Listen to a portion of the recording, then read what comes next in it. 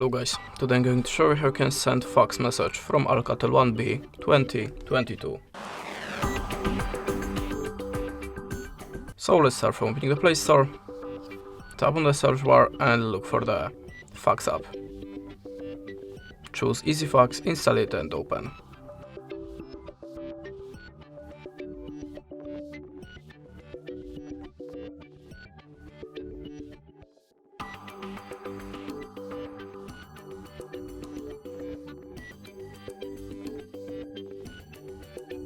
As you can see, there have a free credits banner. Sometimes you have to restart the application to show it again. Now click on the plus and choose source of your document.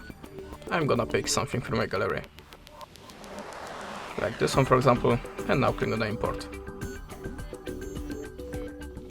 Now you can choose the shape to your document or the picture,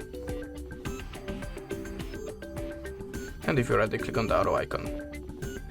Now you can choose the filter for photo to make it more visible. If you're ready, click on the accept icon. Type the number in this place and choose the country from the list. To send the message, just click on this button. That's it. Thanks for the watching. Leave us a like or a comment and goodbye.